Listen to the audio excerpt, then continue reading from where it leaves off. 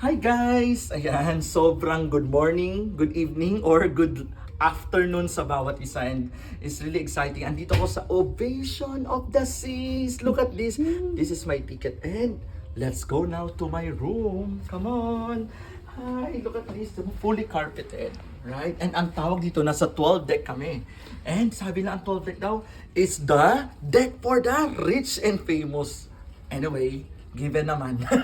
Let's go. So ito nga po guys, no, 12 deck and room 538. Yes, exciting. So i-open ko na yung room ko. It's gonna be hotel in the Ovation of the Seas. We are now in Hong Kong and we are cruising going to Japan, Okinawa. Yun. Wow, mag-open na. Look at this. This is really like a 5-star hotel. Naku, very exciting. Look at that. So, ang una kong papakita sa inyo yung aming toilet or sa atin ay CR. So, bring it on. Eto na, makikita na natin. Wow, look at that. So, eto po ang yung shower room, yung toilet and bath, no? Imagine in this great, awesome, no? Ang gandang, tingnan mo nang paano nila ginawa to. It's like a 5-star hotel talaga.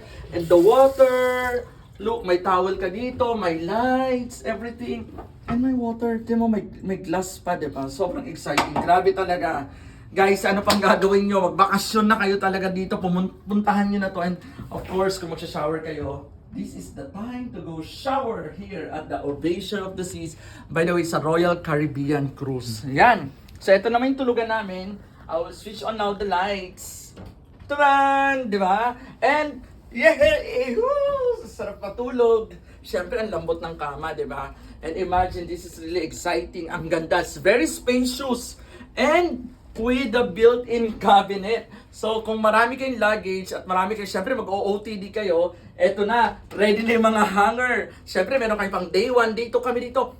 Almost 6 days. Imagine, it will start right now and we will end at on the 26th. So, pwede nyo ilagay dito po lahat ng luggage, damit niyo, sapatos, and the room is still fully carpeted. So, it's very exciting. Grabe!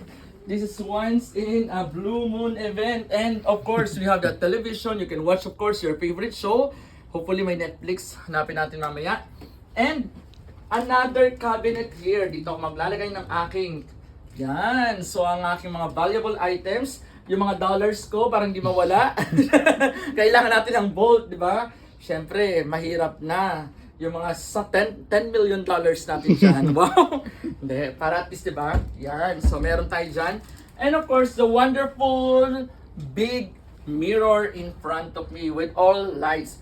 And guys, kung magkakabinet pala kayo, tingnan, look, take for example ng mga socket natin. Syempre, hindi pwedeng mawala yung ating mga cellphone. Mag-charge kayo. Please bring an international convertible socket. Kasi, alam ko, magbi-video din kayo katulad ko. So, yon. And then, sabi nila, free na daw yung water. Ayan. And of course, the coffee. And we have tea. Ayan, no? Uy, mahal to, Twinings to. Imagine. And of course, pwede kayo magpakulo ng water inside your hotel room. And of course, you have the sofa bed. Ayan. Woo! Ang dami namin gamit, di ba? Hindi pa kami nakapag-arrange talaga. Pero guys, sulit talaga. Nandito pa lang nga, grabe. Hindi ko na alam. Hindi ko alam paano explain. Mamaya meron pa kaming extra bed. And, of course, ang talagang binabayaran, one of the most exciting place here is the balcony. Woo! Balcony! Balcony! Let's go to the balcony. Ayan. So, kasama ko po si Pastor Andres. So, hi! So guys, eto na, umaalis na yung barko. Akala nyo hindi ko... Look at the beauty of Hong Kong. Ayan. Ang daming buildings, di ba? Look at that. Parang dinaipa natin si Titanic. Hello! Ayan, nag-hello-hello ang mga tao sa... Ayan, gusto ng iba mag-swimming. And this is really peaceful, beautiful. Kasi may mga built-in chairs na dito. And you can bring your coffee here. So what a great night.